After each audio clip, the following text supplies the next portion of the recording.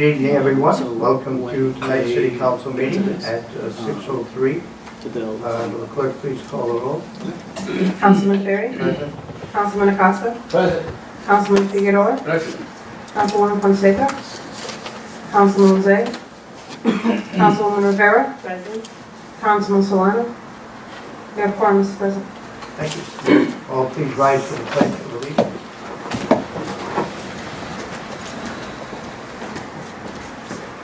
Allegiance to the flag of the United States of America, and to the republic for which it stands, one nation, under God, indivisible, with liberty and justice for all.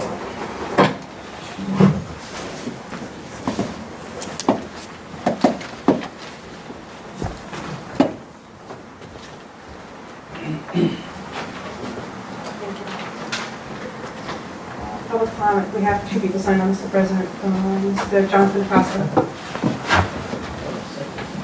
You were first on this one.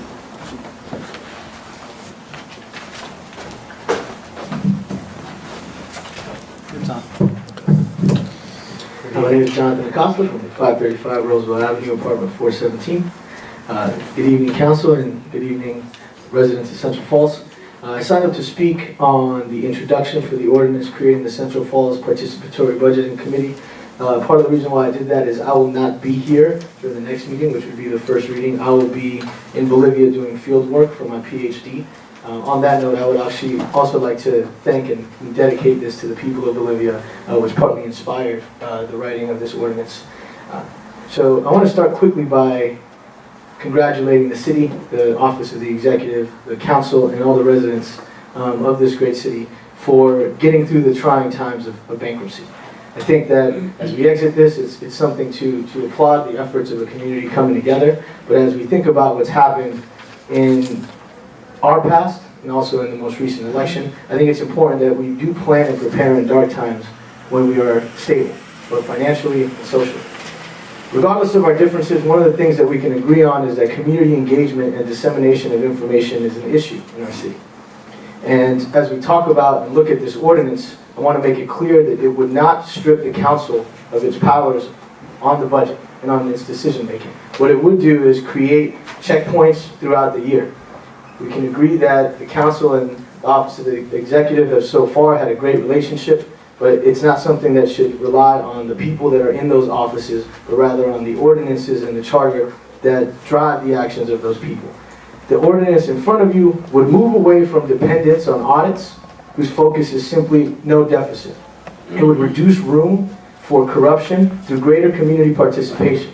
It gets the right people, and in particular many of our local community service providers, a seat at the table. Those include, but are not limited to, a representative from a faith-based organization, representative from our public school district, representative from Progreso Latino, representative from our housing authority, a representative from our library, a representative from our small businesses, representative from our charter schools, a representative from our office on health, and several others.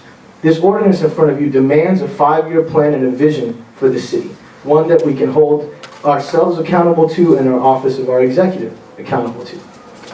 In the days since this ordinance was published and made publicly available, I have heard some people express their concerns, saying that this is more work, that this is more oversight. But I've also heard people express their appreciation for this ordinance. I've heard from city employees asking to be heard by this committee in the future, already proposing amendments to the ordinance in front of you. This may not be what some people want, but it's surely what the city needs to prevent a return to the place that it was in before. The purpose of this is to stamp out clientelistic policies, payoffs, mismanagement, the cronyism and nepotism that put us in the place of bankruptcy where we were just a few months before. I quote Benjamin Cole, who's a PhD in city and regional planning from Cornell, who in his study of a municipality that had a similar ordinance uncovered the anecdote that they had 4 mayors in 4 years. And when he asked people if he thought that this had really led to a decrease in corruption, what the respondents said was, no, but it sure did make it a hell of a lot harder for them to do it. And so, while I don't think that this is a silver bullet, I think it's a step in the right direction. I open myself and the ordinance to critique from the public going forward. I will not be here, like I mentioned, but I will be watching the YouTube videos and reading the minutes. I am open to amendments, and I'm open to other suggestions. As I mentioned before, this will not solve all our issues, but I think it's a step in the right direction, and if you have other ideas, please bring them forth. Thank you. Thank you, Jonathan. One question for you. Will you be here for the final passage? I will. Good. That's good. So with that, so introduced, and thank you very much. Lorraine Savard.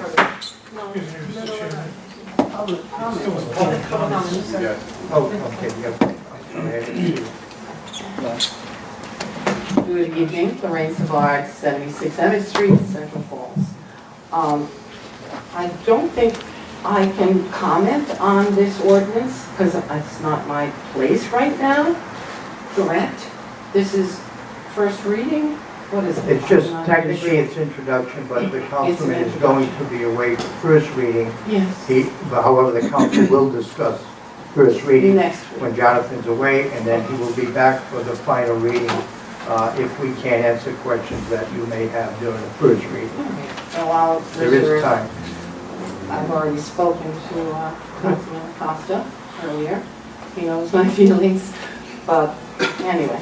All right, so I have two things, comments, not on the agenda, but things that were said during the budget, whatever, hearings.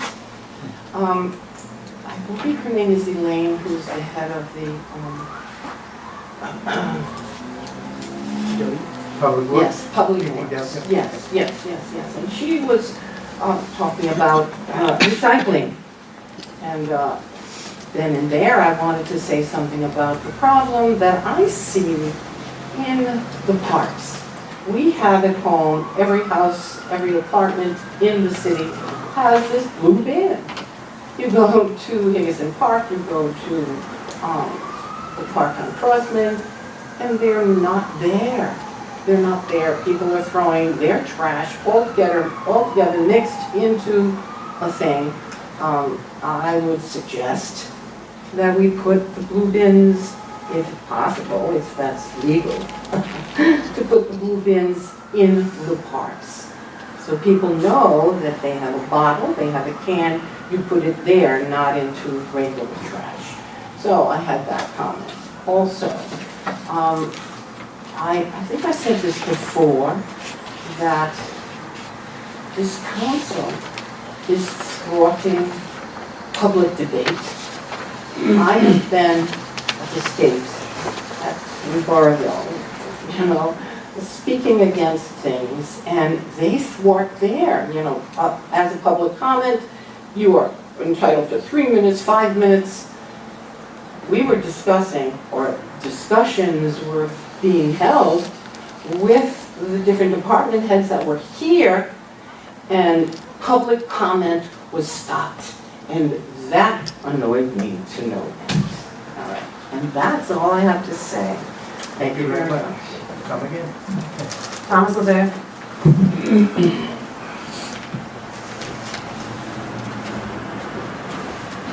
Good evening.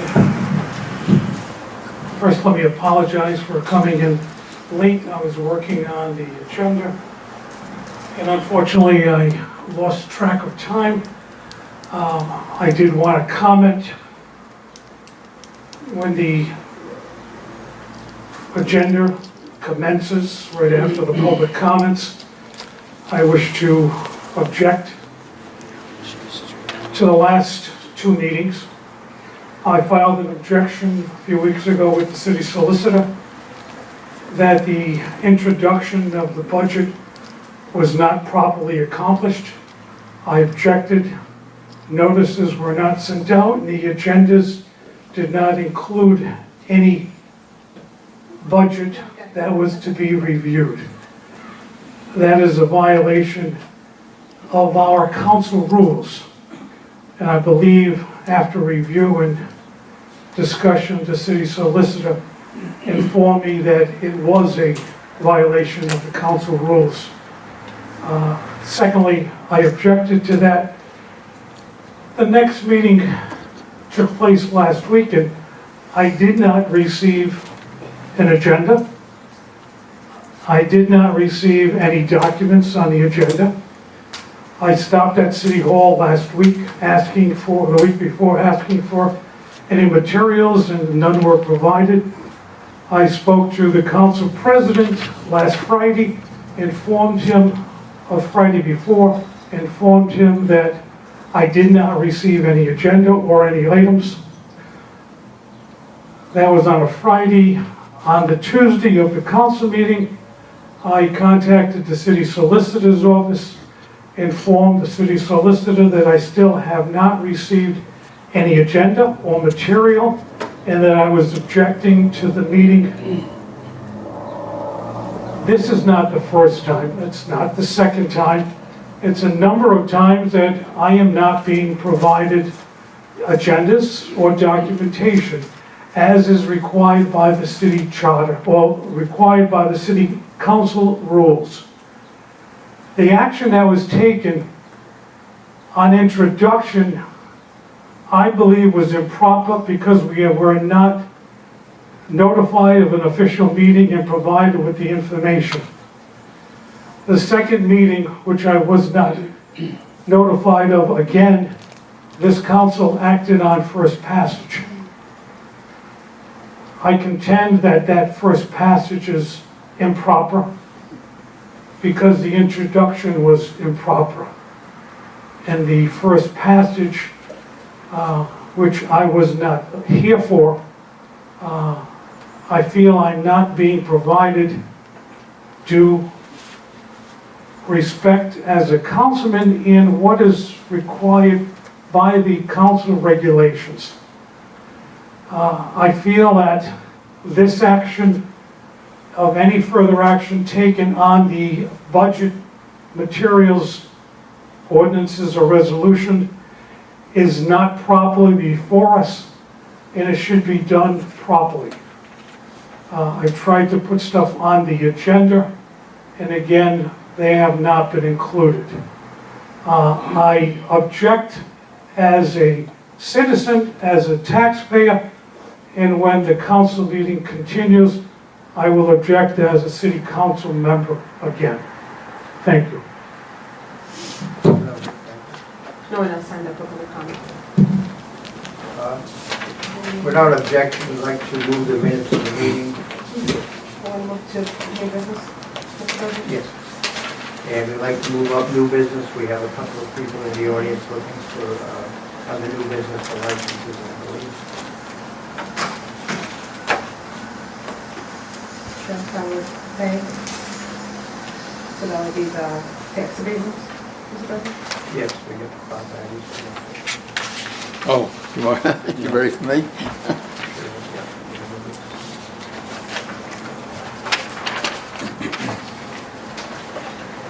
Good evening, Mr. Batty. Good evening, Council. Batty, tax assessor. You should have in your packet my office's recommendations, or my office's abatements that we present to you for your consideration this evening. They are all motor vehicle exemptions. Some pertaining to interstate trucking and a couple of bankruptcy of the tax adjustment. But should be relatively self-explanatory, but I'm more than happy to answer any questions. Anyone? Make a motion to approve collectively the tax abatements submitted by the tax assessor. So moved. Second. Motion by Councilman Figueroa, second by Councilman Mayor. Any further discussion? Hearing none, seeing none, all those in favor signify by saying aye. Aye. Chair votes aye. Nays? Ayes have it. Thank you, Council. Thank you.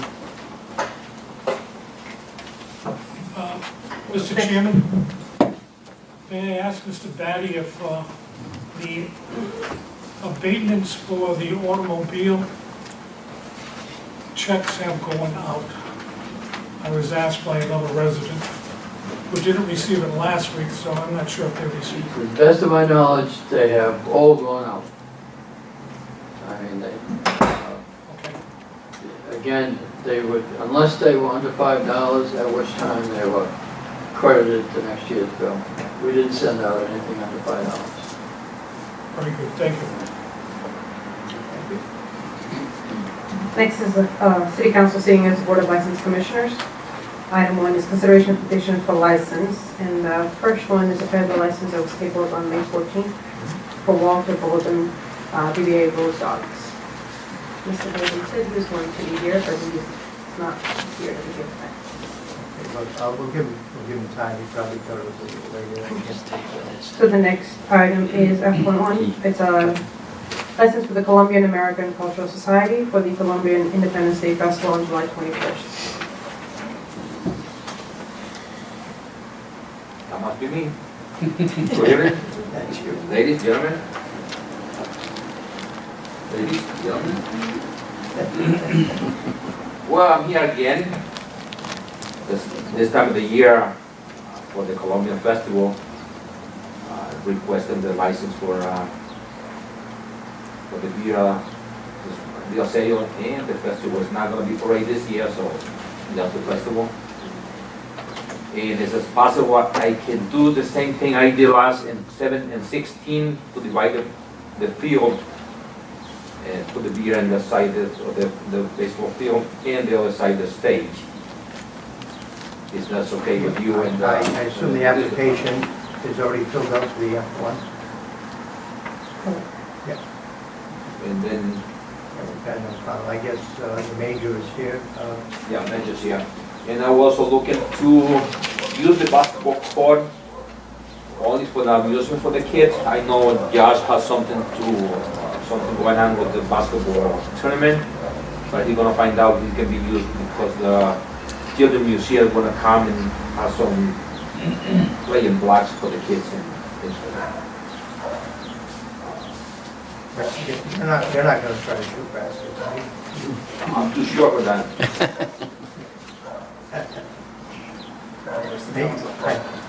I On the council comment, we did meet, go over the plans for the festival.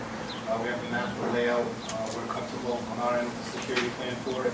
And I believe we have allocated the resources available to make sure, as always, it goes out without any problems. Any questions? What's your pleasure? Mr. Chairman, what is your schedule to utilize the field for music amplification? When? July 21st? That's the What, Saturday. how are you going to arrange it? How are you going to set it up? Well, usually we set up the stage and the home plate on the field, and then we divided how he has a map, we can show you, and then divided the field and put the tents and the beer tents in the back, and like in the outfield. My concern is residents call me up that the music, sometimes the amplifiers are going up the hill to Emmett Street, Parker, that area. But the way you have it set up here, I believe your amplifiers will be away from Facing like the football field, the soccer exactly, yes, field. yeah. So It's not facing the street. I just ask you to pay attention, the amplification, when the field or when the festival goes on, the only calls I get mostly is Yeah, loud. yeah, Loud. noise, yes, yeah, I Loud. know. We are aware of that situation, yes. And because during the daytime, it's only tonight, like from 2 to 9. So it's not like we're gonna be all night or anything like that. Are you blocking off the street on Higginson Avenue? No, we're not. No. We never block the street because it's major access to the city, so. And there was no parade this year? No, sorry, this year. So you guys are all invited, so I hope you can come to our celebration. So it's the public too. Join us in the festivities. I'm dismissed now? Yes. You may go. You have to go. Motion is looking for a motion. Each is just, So moved. we have a motion by Councilwoman Rivera, Councilman Acosta, second by Councilman Figueroa. Any further discussion? All those in favor signify by saying aye. Aye. Chair votes aye, nays. Hearing none, seeing none, so approved. Next item, congratulations. Sue Anderson. Mr. President, we heard from Ms. Christina Herrera. Her application was for Mi Gente Latina. She asked to withdraw her application. We will not be taking that tonight. And then the next two are for the Madera Club. And the first one is for their August Carnival, which is the festival, the 10th, 11th, and 12th. And the second event is for the cigar dinner, August 14th. Okay, I won't vote, but I'll vouch for the Madeira Club. I'm familiar with the festival, and I think the major would confer that we've never had a problem at the Madeira Club. All the years, I don't know how many years this is, so I'd like to speak on their behalf. Again, they're community-friendly organization, never had a problem. Mr. Chairman, I concur, Mr. Chairman, and I would make a motion to approve collectively both applications. If you wish, collectively or separately, I'll make that motion. I attended the Madeira Club festivals for the last over 40 years, Mr. Chairman, and it is a pleasure to attend. Okay, collectively, motion to approve collectively the two applications from the Madeira Club, seconded by Councilwoman Rivera. Seeing I kind of spoke on their behalf, I will vote. Councilman Acosta? To approve? You don't vote? Yeah. Voice vote? Councilman Figueroa, yeah, because I want to show that they didn't vote. Okay. Councilwoman Rivera? And Councilman Rivera? Yes. Motion carries, Mr. President. Thank you. And then the last one is a transfer. It's Walgreens Eastern Company acquiring Rite Aid. So it's a transfer vote. There is no Go ahead. one. No, So, transfer. when does Mr. that happen? Chairman, I move to table. It's already happened. John? I have a question. I know that Rite Aid and CVS do not sell tobacco products. Tobacco isn't mentioned here, but Walgreens generally does sell tobacco products. So I was a little confused as to, and I don't know, there's a weird corporate situation where Albertsons owns some of the Rite Aids, Walgreens owns some of the Rite Aids, and just converts to a Walgreens. I'm wondering if they're going to sell tobacco or not, because I don't know if we have enough licenses for that. And if they're already transitioning, then we might have an issue if they are selling tobacco. They are not selling tobacco. The tobacco license is not transferable, so they're not applying for tobacco license. This is just their sobriety. Should there be a tobacco license available, then they'll be allowed to apply, at which point the council will consider the application.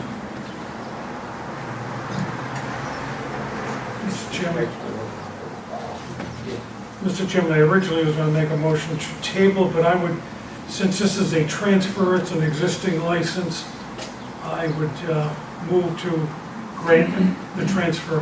We have motion by Councilman Zed to grant the transfer. There's a second. Second by Councilman Figueroa. Again, under discussion. So that's a good safeguard that there's no way at this point they can sell tobacco products, coming before the council, if there's one, even if they're all those in favor signify by saying aye. Aye. Chair votes aye. Nays? Ayes have it, so approved. Next item is item 2, hearing, consideration, and possible action regarding the following licenses and license holders. First one is for Handy King LLC, doing business as a New York Deli and Mini Market. They are here.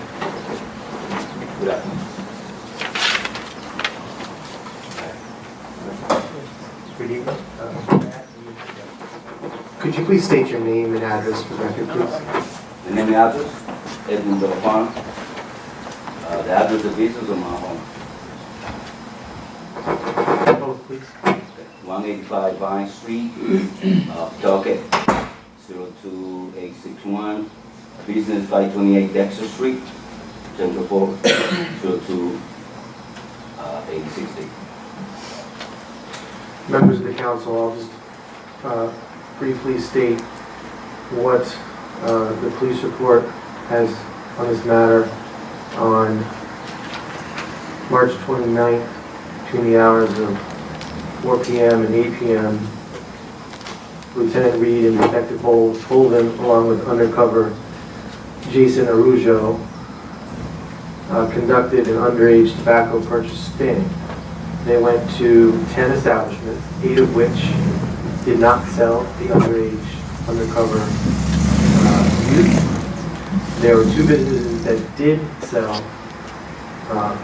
One is the next establishment on your agenda, Family Dollar. This establishment, however, had a more disturbing issue.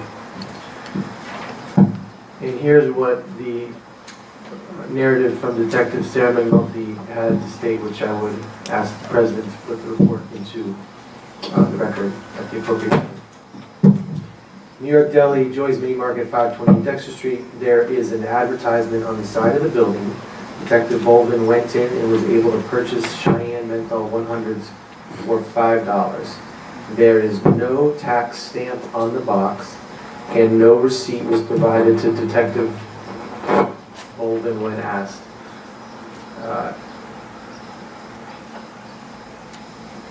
Lieutenant Reed thereafter spoke to the city clerk, who indicated that the business does not have a tobacco license to selling tobacco products, making them in violation. So, I don't know.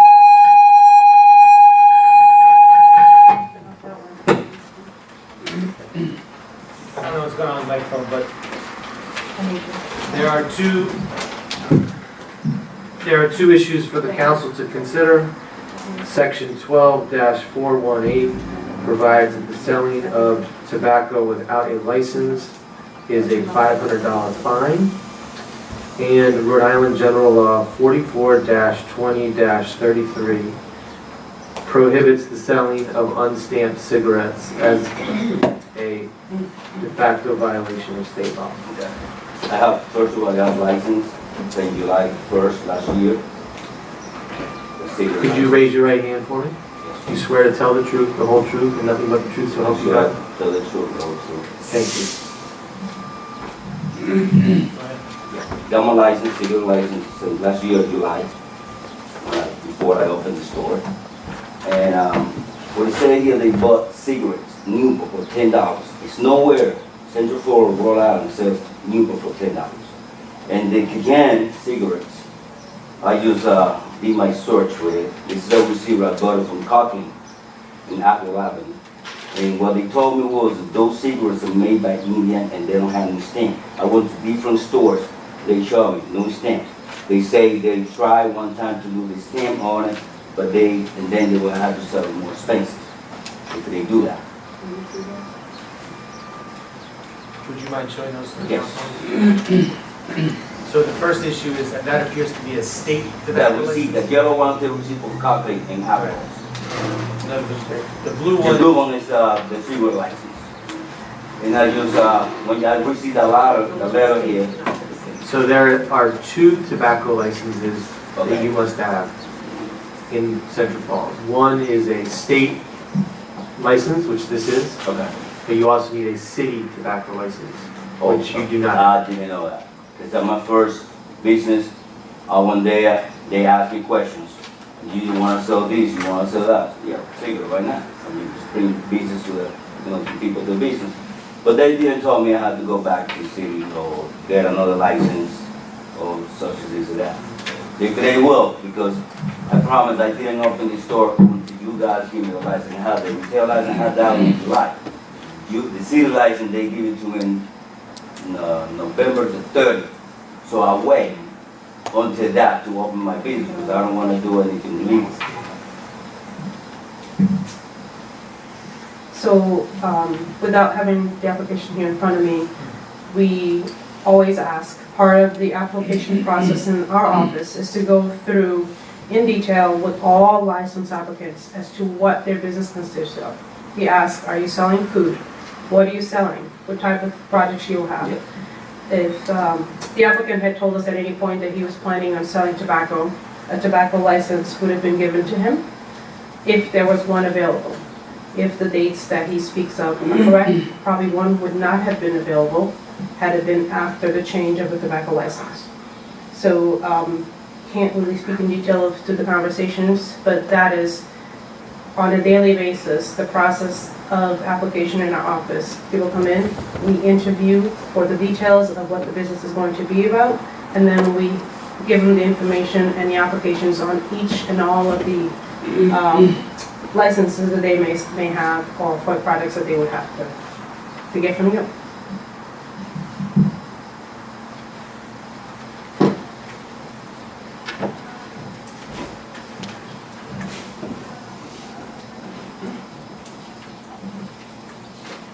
So, yeah, in that case, as you say that, yeah. Probably at the time I fill out the application, they don't mind, but like I said, I bring all the papers to the city, the province, and they ask me, what do you want to sell here, the market, you understand? They send me the license. I didn't know that I had to come back. Like I say, I wait until November the 30th, when I receive the license from you guys to open my store. Somebody else told me that when they would tell license, isn't that good, open until you guys give me the license. I say, no, I'm gonna wait until I get it, and that's what I did. But that is explained when you come here to the city clerk's office. They ask you those questions. But exactly, probably I think because if I remember, but at that time I didn't realize that I want to do it now, whatever, but like I said, when I went back there, they asked me again, and I say, okay. But you know that it's going to be an issue to do that. If I wouldn't know that, I wouldn't even go through that. Any questions from the council regarding this matter? Mr. Lozere?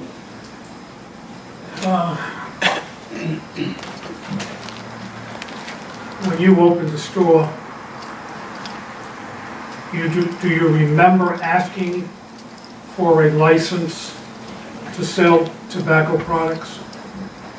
Here, Yes. when I came to the city to do my application and all, I believe, yes, they explained to me about something, cigarette, minimum or, the requirement. But like I said, I went to the state and they asked me. And I said, okay, so I thought that it'd be fine. Did the state inform you when you applied for the cigarette license from the state that cities and towns have different licenses, or that No, you they didn't. need a separate license? No, they didn't. I had to go, when I did the application, they required some more paperwork from me. So I did myself and bring it back to them. And then they just sent me the license on the mail. They didn't tell me anything about it. Like I say, the idea will come back, because I waited until I have all my licenses before I opened. I didn't do anything before I got the last one. So when did you start selling tobacco products, and what type of tobacco products did you sell? Well, right now, I don't have any, because it becomes, the store not making too much, so, you have to have at least $600, $700, $1,000 to invest on it, and I was doing it like 500 and something like that, and then, last one I did was I signed up with Hallmark. It's a company that delivers to you.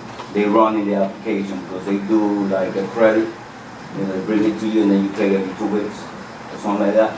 So I'd be able to do it again. Do you remember when you started selling? When I started selling, I believe my first invoice was in January. January this When year? I went to Copping and they got my license, fill it out, the whole thing. And they said, okay, we can sell you cigarettes. So we got license. Did anybody come into your store to inspect, or Yes, I got one time I got inspected from I don't remember if it was the state, the city, and we inspecting the stamps and the extension one time. was it a city or a state?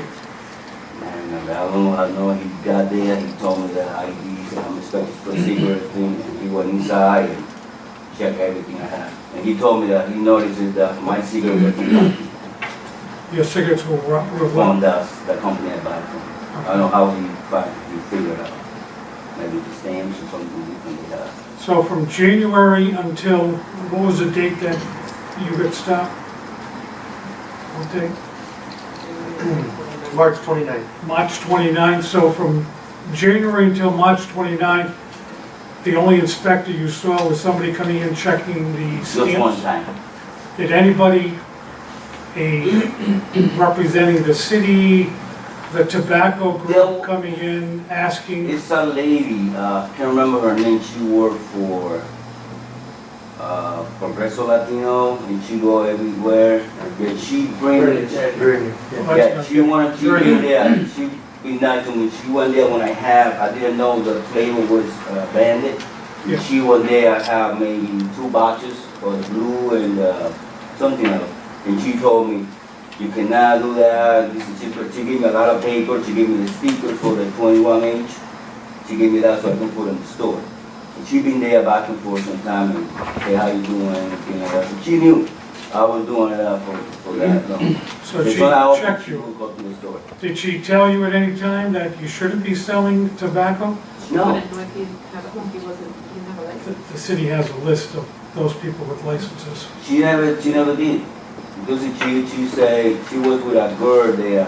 One time she was playing to me, like, careful because, you cannot sell tobacco flavor because the kids get used to it and, you can get inspected one day. And, we was like, she was giving, because she know I'm new in this kind of business. So she was trying to get me into so I get things the right thing. So I'm showing Mr. Villafana his application to do business in the city of Central Falls. And Mr. Villafana, is that your signature? Yes, sir. And that's dated September 11, 2017. And would you agree that if you checked, you wanted a new license, and then it says Class C variety? Yeah. And that underlined is new application, Class C variety? And the tobacco license over here is not circled, and you do not indicate that you're applying for tobacco license? No, if you do it with that. Okay.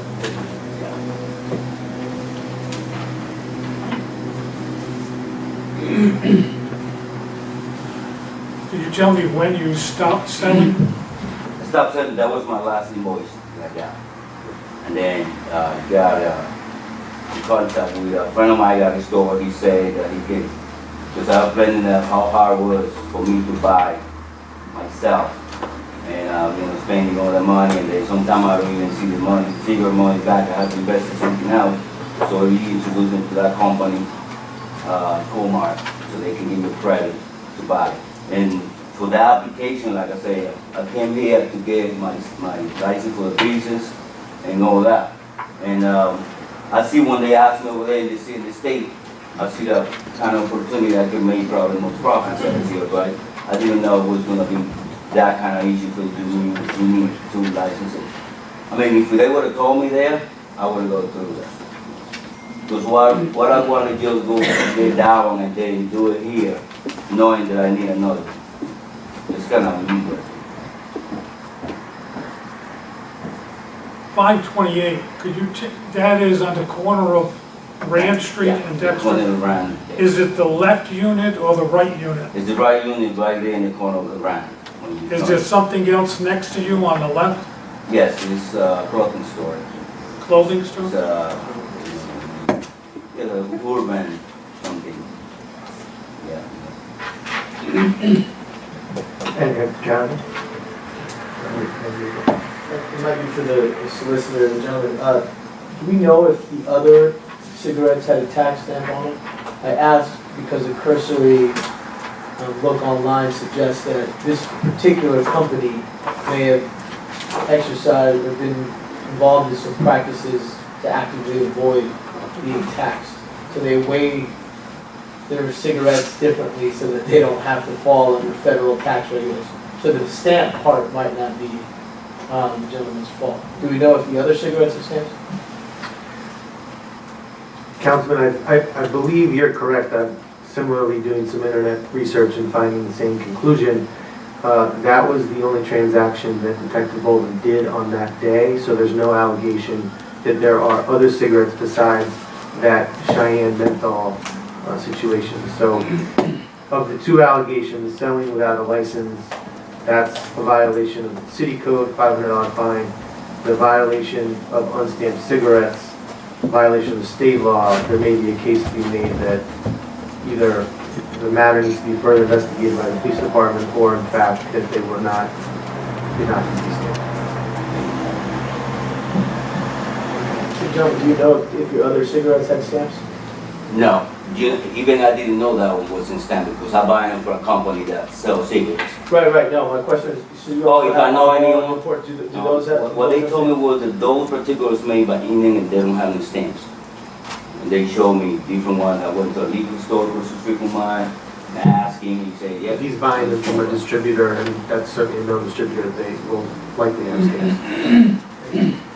Councilman Figueroa? Okay. Mr. Chairman, just to follow up on that question, you just said that someone did come in to inspect the stamps. Yes, at that time I didn't have that cigarette. That was my last invoice. And I don't know if they keep record when they go to store. I don't know how to find out about it, but you guys have to see, you probably can find out who went there and when we were inspected. Do you remember roughly when the inspector came in? You don't know if it was somebody local or a state inspector? I don't know, because you know, you in your store, you never knew who coming or, expecting somebody to come and inspect your room. He just come in and he just, he told me I'm inspected for a cigarette, and he just went inside. He don't even ask me, can I go? He just went. And he asked me to have storage, cigarettes somewhere else, and he said, that's all I got. And I asked him if he want to see a receipt where I bought it. He said, no, because I know they from Cotton. And so he looked at it. I suspect, Councilman, that did that inspection happen after this incident? I don't know, it was way before. That was before this? That was before that. Okay. It probably a few months after I opened. Yeah, it would have been someone listening. Yeah, I didn't keep a record. Because he told me, don't worry, I'll be back soon. So, I'll be coming here soon, hopefully.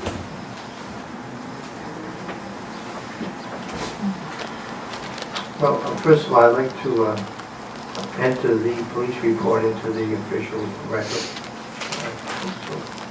Looking for a motion to move the police report into the official record of the city council.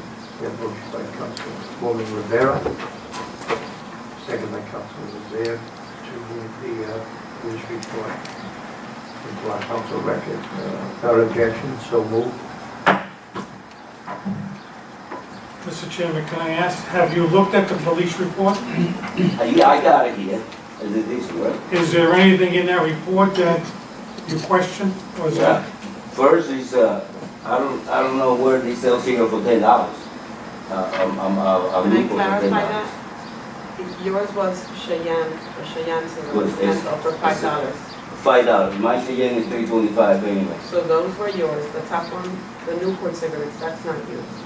It's not for me? No, that's for another No, business. that's for Family Dollar. Okay. I told you, because it wasn't my lap, I'm sorry. So that was only my question, and then it's say no receipt, no evidence. So that's what it said here. So if you go to the store, you pay cash or whatever, you want the receipt, I can tell you no. But if you want to have proof, my name and address and everything, you send it to me. I don't think there's a question of how much the cigarettes Yeah. cost.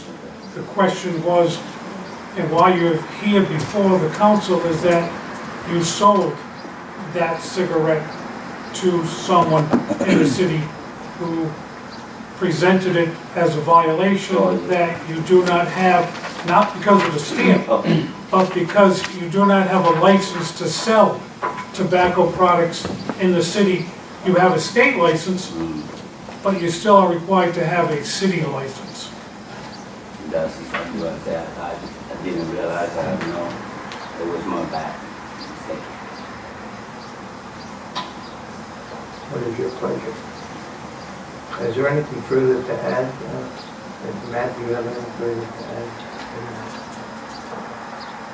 Councilman? As the solicitor, just one more time, can you read the ordinance is written for sale without a license? Section 12-418, license required. It shall be unlawful to sell or to possess with the intention of selling tobacco products within the city without having first obtained a tobacco dealer's license pursuant to this article. Such license shall be in addition to any other license required by state or federal law. A tobacco dealer's license is valid for one person at one location and may not be transferred from one person to another or from one location to another. Failure to obtain and maintain a valid license shall result in a fine of $500. The fee for a tobacco dealer's license shall be $100 per year. Is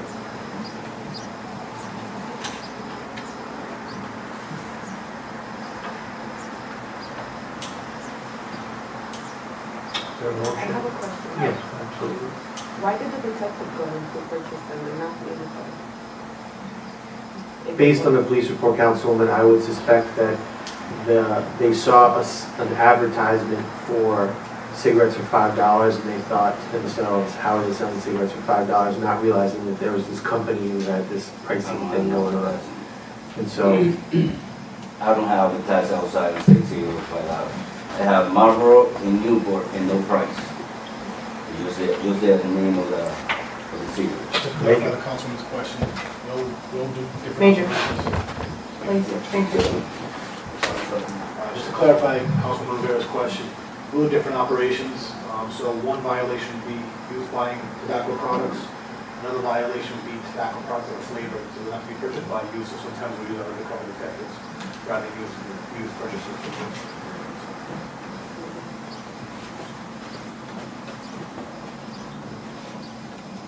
Anyone else? What is your pleasure and motion? My motion is to apply a fine because it wasn't compliant. Regarding the ticket, the stamp, I think that's at the state level. We have a motion to impose the fine, I believe it's $500 by Councilwoman Rivera. Is there a second? And a second by Councilman Acosta. Any further discussion? Yes, Mr. Chairman. Mr. Chairman, I've gone on record in the past that I do believe that this gentleman sold tobacco product without a license. I think it is wrong. But I also, as I've stated in the past, imposing a fine of $500 to me is an extreme fine for the action taken. I've disagreed with fines of that nature, that high, without giving the council flexibility to issue fines at any variation. This council denied discussion on that very recently. I think this businessman or other businessmen in the city should be treated individually. Anytime they are brought before us, they should be their action that they took or the violation that they are coming before this council should be independently reviewed. I do not believe that imposing every violator with a fine of $500 is fair, just, and equitable. I believe this individual, this violation took place, but I do believe that the amount of the fine is too stringent on this violation. Thank you, Councilman. Anyone else? Roll call vote? Councilman Ferry? Yes. Councilman Acosta? Yes. Councilman Figueroa? No. Councilman Lozay? No. Councilwoman Rivera? Yes. Motion carries, Mr. President. Thank you. Yes, to see you, Madam Clerk. Thank you. Next one is, it's also hearing, consideration, and public action, possible action, apologize, against Family Dollar, Stores Over Island, Any day. Family Dollar, 27972. Somebody's here. Good evening. Thank you for your patience. I noticed you were here like 5:30. Mr. President, this is the same police report that is already in the record, and Representative of Family Dollar is here. The accusation in the record is that they sold to the undercover youth, and I believe they are here to admit fault. If you could just state your name and address for the record. My name is Misty Adams. My home address is 1 Seabury Ave, Ledyard, Connecticut, 06339. And could you please raise your right hand? You swear to tell the truth, the whole truth, and nothing but the truth, so help you God? I do. Thank you. And if you could just tell the council what you're prepared to say on the matter. I'm the performance manager for Family Dollar. My boss is the one that should have been here today, but she's actually out of town. We, as a company, require all of our team members to do online learning on tobacco sales. They're not allowed to bring a register. They're not allowed to sell a pack of tobacco until this is done. We do have a zero tolerance policy. The store manager that was listed on the paperwork is no longer with us. She actually was terminated in February before this came down. And the assistant manager that actually sold the tobacco was also terminated. So Janice was the assistant manager? Yes. We do require that all individuals that appear to be under 40 years of age are carded as well. Any questions? You came all the way from Connecticut? I have 18 stores in the Providence area. Mr. President, this is a violation of a different part of the ordinance for violation of a current license holder selling an underage youth is a violation of section 12-422. And if the board, if the city council, seeing as the board of license commissioners finds a violation, the fine is $250 for the first offense, which this is their first offense.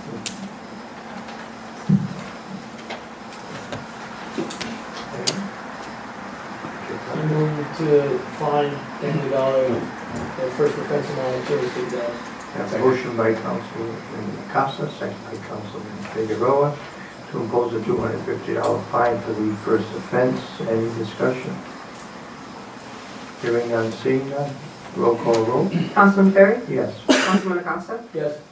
Councilman Lozay? Yes. Councilwoman Rivera? Yes. Motion carries, Mr. President. Thank you. Oh, today, Councilman Figueroa. Yes. Sorry. Thank you for your Thank you. patience and honesty with Family Dollar. Thank you so much. Thank you.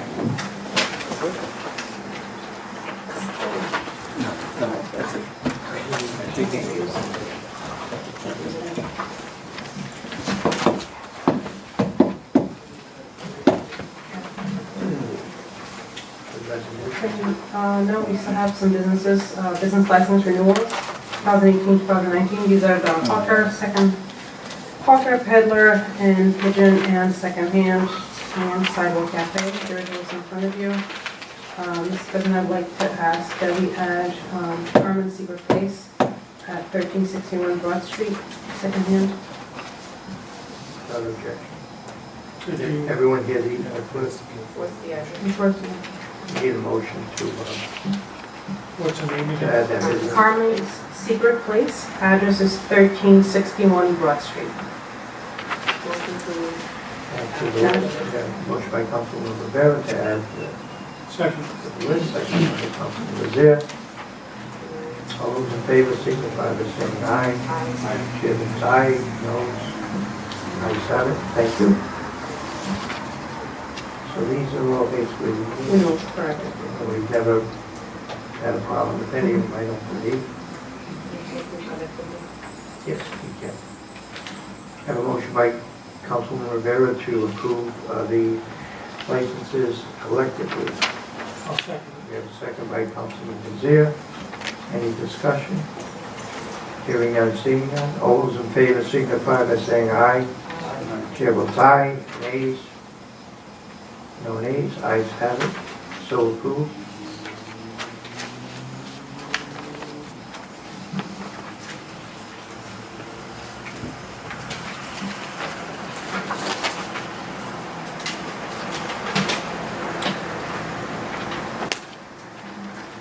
Continue with the events, Mr. President. Consideration of petition for use of Jenks Park by Iglesia La Cena Antigua. Do not see any of the representatives here. The date on that agenda is June 23rd, from 1 to 5. June 23rd. This is the last meeting prior to. Correct. They met for the Congress of Virginia Fest. I doubt that they'll have less than 50 people there. Yeah. Oh, actually, no. I doubt that they're gonna have less than 50 people there. But I don't think so. I'm here for that. Yeah. En un culto ahí, mira. So I'm gonna testify. on that. Yeah. Come on. Okay. I'm sorry? They were notified to appear. Correct, sir. I could probably speak on, in a general sense.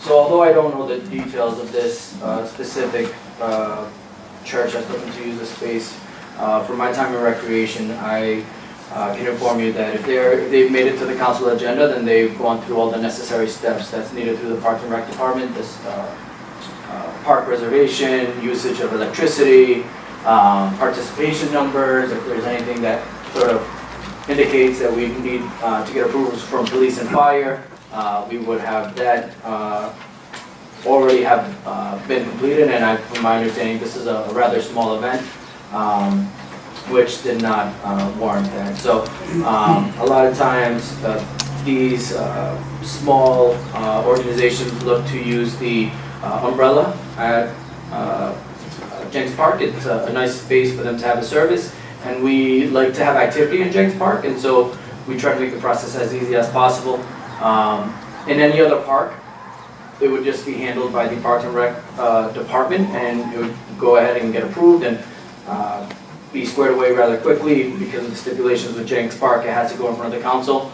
And so I just wanted to mention that if it made it to you here today, then the Recreation Department has gone through all the necessary procedures that typically is required in order to make it here in front of you. I just wanted to do that. Were they here last year? To be honest, Anybody? I think they were here. Maria, do you remember if they were here last year? Mr. Chairman, just a question. It states on the application, was $130 already paid, or is that to be received later? I would assume, and please don't hold me to this, but I would assume that 100 of that is a deposit, just to make sure that, there's no trash left behind, which is paid up front. And then the $30 might be for the electricity. Might be for. So it says 524 received. Yes, so then, $130 has already been paid to the city. I would believe so from what you're explaining, although I don't know the specific details. I actually think it's $150, because the box is misleading. So it's 30 for Jenks, the deposit of 100, electricity is $20. So they paid 150. Okay. Just so,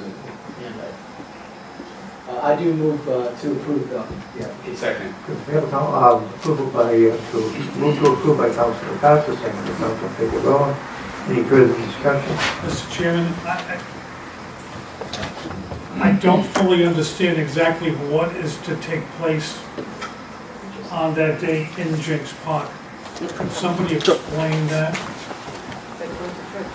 Yeah, and so in a very general sense, I can't speak specifically, but generally they hold services. It's an outdoor service. Open to the public, they normally set up some chairs in front of the Probably trying to recruit members if you're interested. Yeah, but normally it's a really small service. They, you know, they're there for a few hours, and the main thing, at least for my time in recreation, is more people using the parking better. And so, I'm trying to make it as easy as possible for them.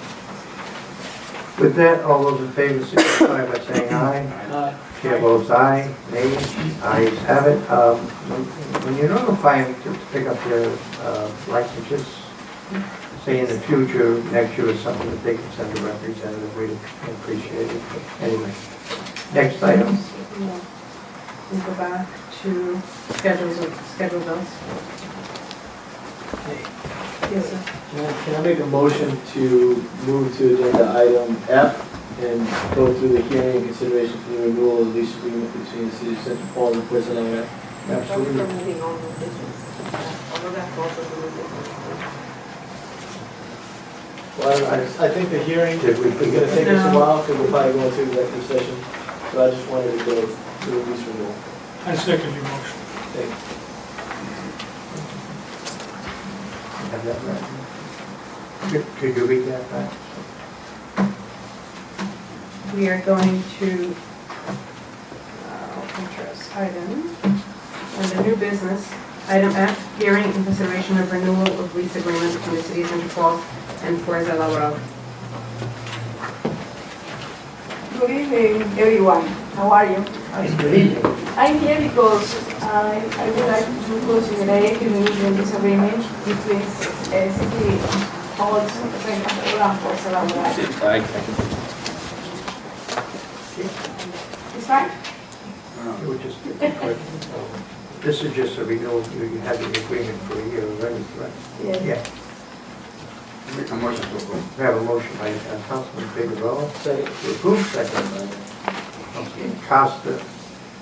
Any discussion? Yes. Who is it? This is the update. Yes. It says on checks going to Cynthia. Oh, yeah. Yeah. That's a good point. Yes, everybody. Thank you. No.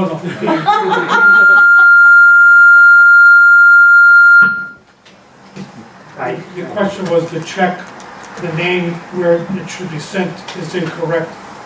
She no longer works here, Yeah, but I'm not fine. so you would send it Okay. to the finance office. Could you tell me, you've been here how many years now? Now, 3 years. For this year, 3 years. Or 2 years before. Yeah. That's it. Total of 2 years? So now, 2 years. 2 years. And could you, thank you. What has been your success in this project? Could you explain? Wonderful. We did, we have project between Central Falls National Credit Union, Royal William University, Royal University, and Central for Families in Brooklyn, New York. Last year we passed the law about the workers' comp. Now we create 5 jobs for people in our community. We hope to add more 5 work for other people and the workers' comp. That's great. Very good. And this has been approved by the solicitor's office? Yes. Anyone else? All those in favor signify by saying aye. Aye. Chair votes aye. See you next time. Thank you. Yes.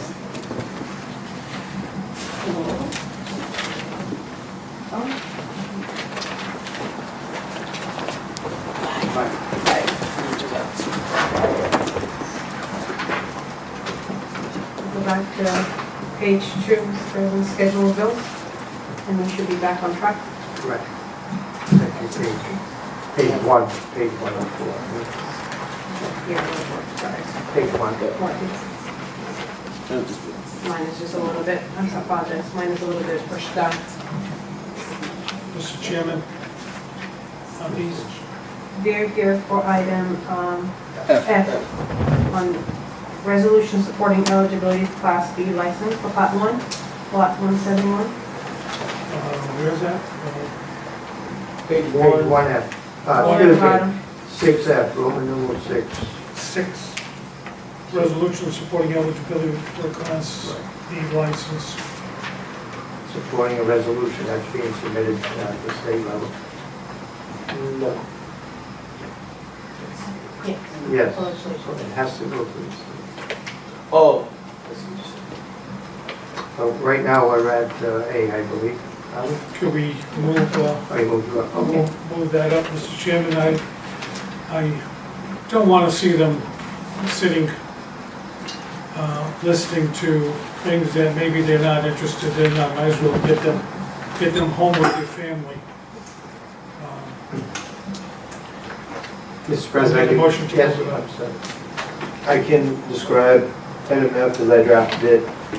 This, their new restaurant, which this council has approved, is on Broad Street, and they are within the radius of a church, and thus a change in state law is required, essentially a waiver is required in order for them to be allowed to apply to this council for a Class B liquor license. And so this resolution will be sent to the State House. My understanding is the Representative Maldonado and Senator Crowley are introducing the legislation. The State House is going to be adjourning within the next 2 weeks, and so this was the one opportunity to give the State House a council resolution, which is required to achieve this waiver.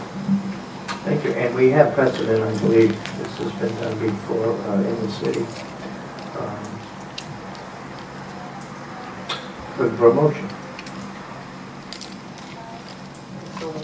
Motion by Councilwoman Rivera to approve resolution. Second by Councilman Costa. Under discussion. Mr. Chairman, just a question on the resolution in its effect. Is this solely for a sole resolution supporting this sole individual site and location? We have done this in the past, Mr. Chairman. Is it the intent of the council to No, strictly for this particular business, within 100 feet of the church across the street, I believe, But or this- diagonally across. Strictly this establishment only. In any future establishment, the same procedure would have to be taken, have to be done at the state level. and they're applying for a Class B full liquor or beer and wine or full liquor? And I would ask the clerk, are there any eligible Class B liquor licenses in the city? It's a prerequisite to this resolution, I believe, for the legislation. Yes, sir. There is one available. Okay. Anyone else? All those in favor signify by saying aye. Aye. Chair votes aye, nays. Ayes have it. Best of luck. Thank you.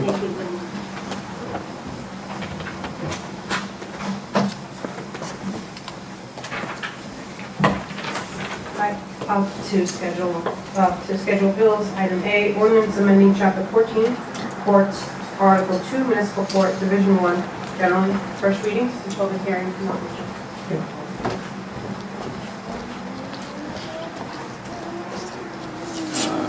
I'm here for E. E.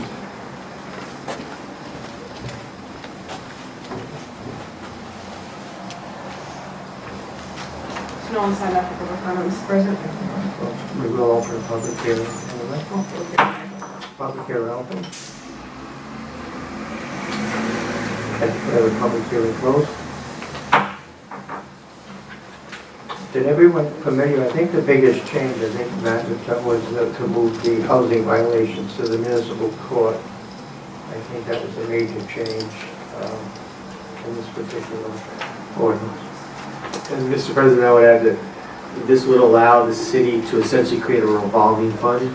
So when the city sold 577 Broad Street, across the street, in receivership, there was a bidding war, and the amount of money that went into the court exceeded what the expectations were, so there was excess money. And the idea, this ordinance would allow that money to go back into investing in affordable housing for the city, as opposed to going to the general fund. It would go into a revolving fund, which Bobby's salary expires at the end of this year, so it would allow to continue to pay for his salary and to continue to use his task force. Thank you. What is your pleasure? Make a motion to move first passage. A motion by Councilman Rivera to move first passage, second by Councilman Figueroa. Any further discussion? Hearing none, seeing none, roll call vote. Councilman Perry? Yes. Councilman Acosta? Yes. Councilman Figueroa? Yes. Councilman Lozada? Yes. Councilwoman Rivera? Yes. Motion passes. Thank you. Next item. Ordinance amending Chapter 8, Animals, Article 5, Dogs, Division 1 generally. First, there's no one signed up for public hearing. You can open. Public hearing That was just approved. Yes. regarding the animal ordinance, Article 5, dogs, Division 1. Declare the hearing open. Gentlemen. Question, I was the sponsor of the solicitor. I noticed that former section, subsection 8136C captures what .1 in section 8132 does. So what is the difference here? Is it that we needed legislation to delineate what the animal control officer could do, or what's the purpose of the legislation here? See, it doesn't say that the animal control officer, in the one in the back, it doesn't mention the animal control officer. Now the animal control officer can make that determination. It's up to their discretion, if they have 3 or more. And to Councilman Acosta's point, we were doing a little tidying up of the way that the law was structured. So that's why I was deleted in 8136, because I felt that it shouldn't be in that part of the code. So we moved it back up to 8132. All right, so then I do have actually a response. So the animal control officer can decide whether or not they can have 3 or more, because that's not how it reads. It reads that you can only have 3. Is that correct? Except as permitted by the animal control officer.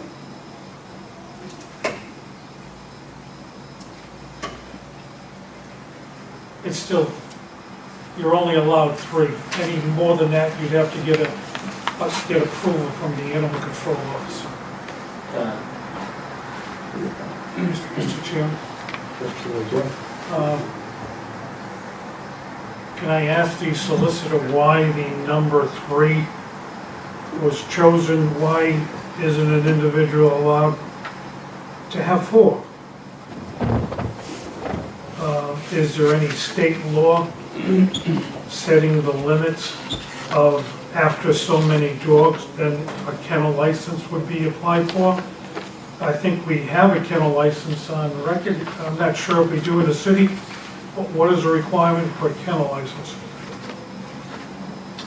This specific ordinance request came from our animal control officer, who noted that the section is being deleted, 8-136C, which is the current law in the city, which states you cannot have more than 3 dogs, and it exempted licensed kennels in commercial locations. She noted that most other cities had the animal control officer having discretion as to going above that 3, where the animal control officer could evaluate things such as public health, welfare, and safety. And then she also noticed that there was no provision as to what to do if someone was in violation of that. And so the new section 2 empowers her to impound for up to 10 days anyone violating the ordinance. Mr. Solicitor, could you also explain what the difference between allowing somebody 3 dogs and having a kennel license?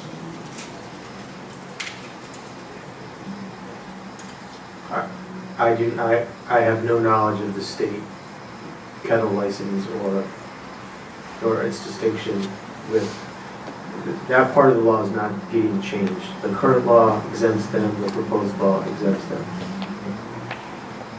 Do we know how many dogs are considered to be required to have a kennel license? I believe it is currently 6. 6. So between 4 and 5, 4 and 5, it's at the discretion of the animal control officer. When somebody has 6 or more, then they would be required to have a kennel license. Is that my understanding then? Yes. Okay, thank you. Anyway, roll call vote. I don't have a motion. I Do I? thought No, we had a I don't motion have from any. Maria. Not yet. Not yet? No, not yet. Need a motion, second, please. Motion to approve. Motion by Councilman Bigelow, second by Councilman Rivera. Any further discussion? Roll call vote. Councilman Perry? Yes. Councilman Acosta? Yes. Councilman Figueroa? Yes. Councilman Lozea? Yes. Councilman Rivera? Yes. Motion carries, Mr. President. Thank you. Item C, ordinance creating the Central It's already Falls. been done.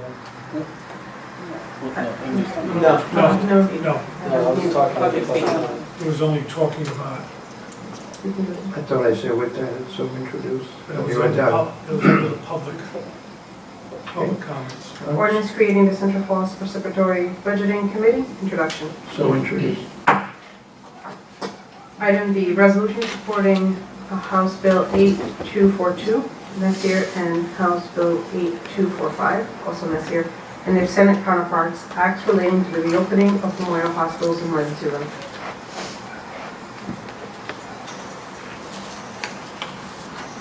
Speak for itself. I'll speak briefly. It's very important, particularly to our fire department, our rescue at this point. No longer obviously can use Memorial Hospital, therefore I guess they use Rhode Island Hospital or Miriam. It would be a big help to many people if the hospital to reopen, particularly the ambulatory section.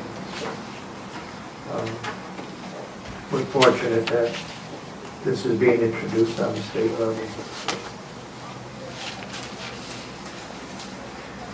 Motion to approve the resolution supporting those submitted by Messier. Second. Do we open the vote? Have a motion by Councilman Costa, second by Councilman Rivera to support this resolution. Any discussion? Hearing none, seeing none, all those in favor signify by saying aye. Aye. Chair votes aye. Nays, ayes have it. Thank you. Item E, resolution supporting House Bill 8177, Maldonado, and Senate Bill 2854, Crowley. House Bill 8019, also Representative Maldonado, and Senate 2369, Senator Crowley, acts relating to taxation. And I believe Mr. Matty will speak on that.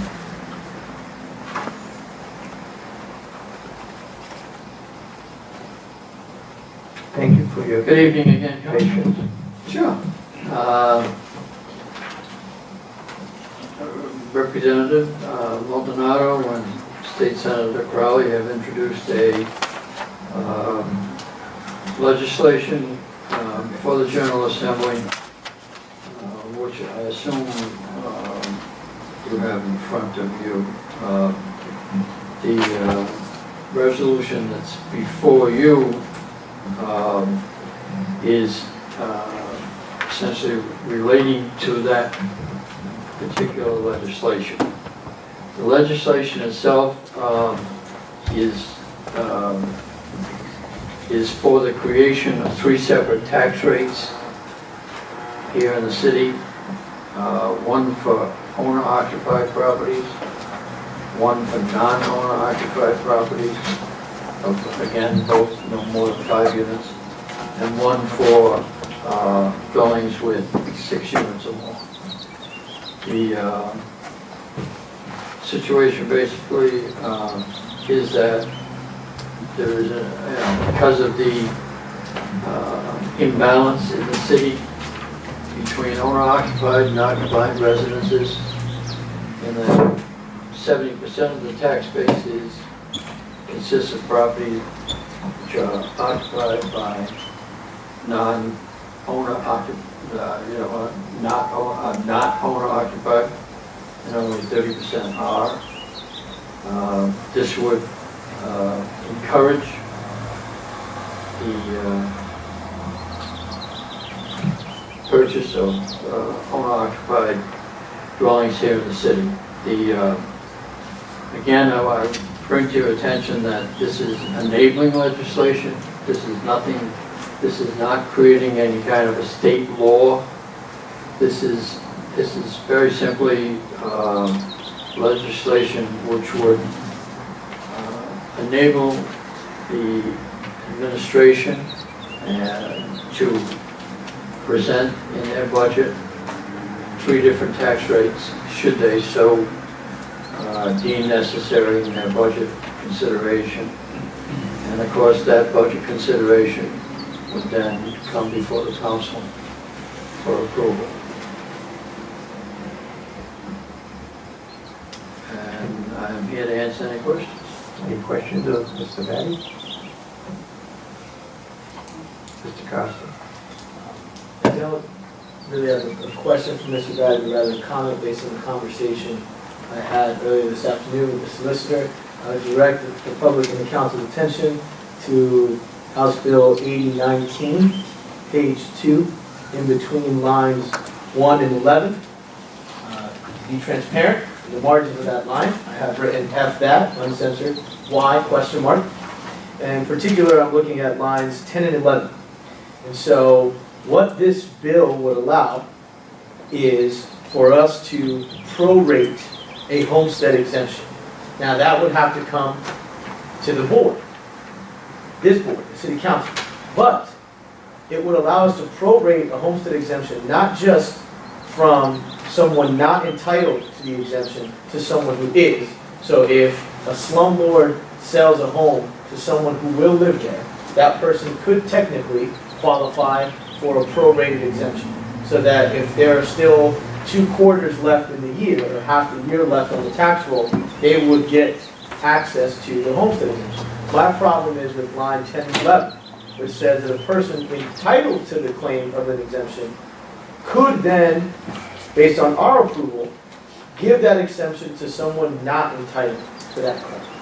It was made clear to me by the solicitor that once this becomes state law, we would then have the right to revisit it through ordinance to make sure that we could approve what we agree with, which, again, is my belief that we should go with subsection 1 there, but not subsection 2.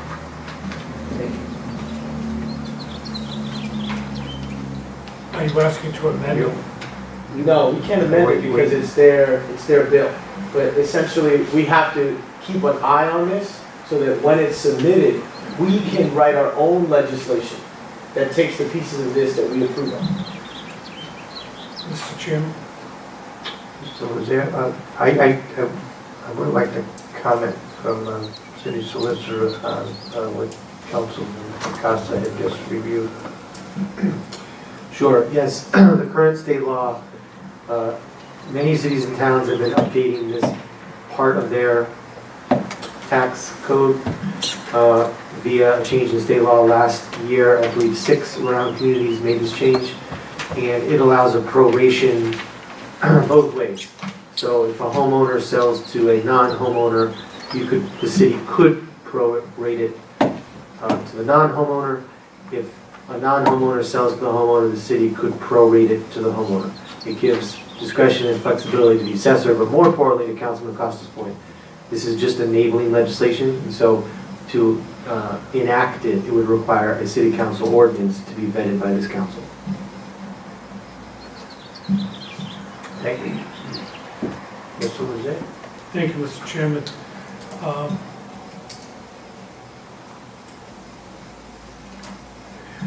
A resolution that we would send to the state could be drafted in any form.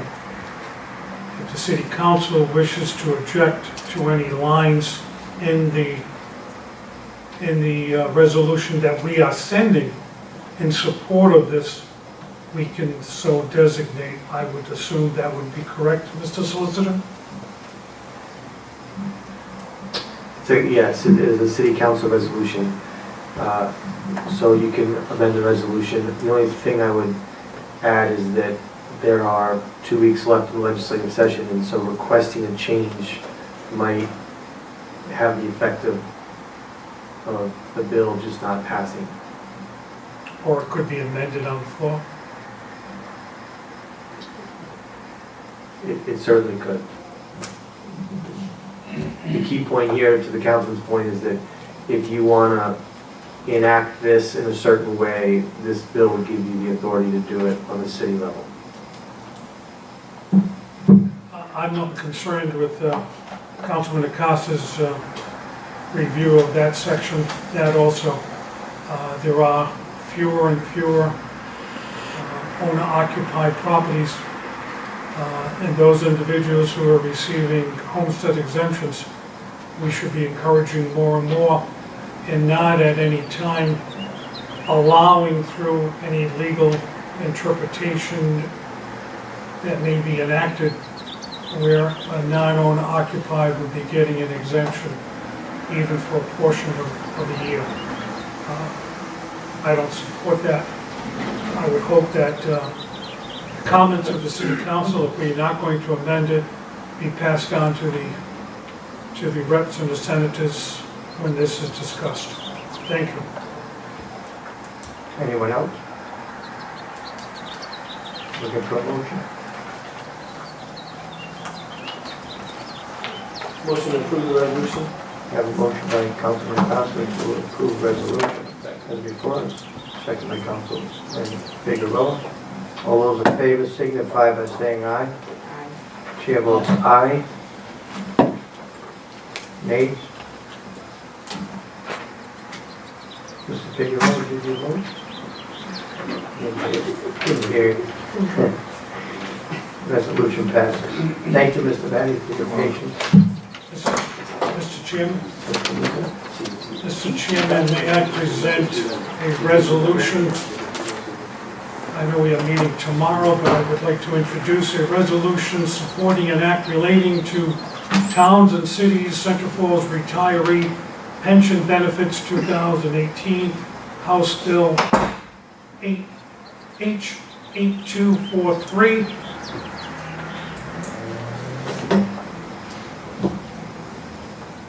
At this stage, going to have a ruling. And I have another one, Mr. Chairman. To add a resolution on the agenda, you would need a motion to add it to the agenda, and then action could not be taken on it. It could be introduced to the council, but no vote could be taken because of the Open Meetings Act. Correct. I'm submitting it to be acted on at the next council meeting, which will be tomorrow. No, tomorrow is strictly, tomorrow's the third. I think it has to be separated by a certain amount of days. I think 48 hours. 48 48 hours. Or another date. Mr. Chairman, I also like to...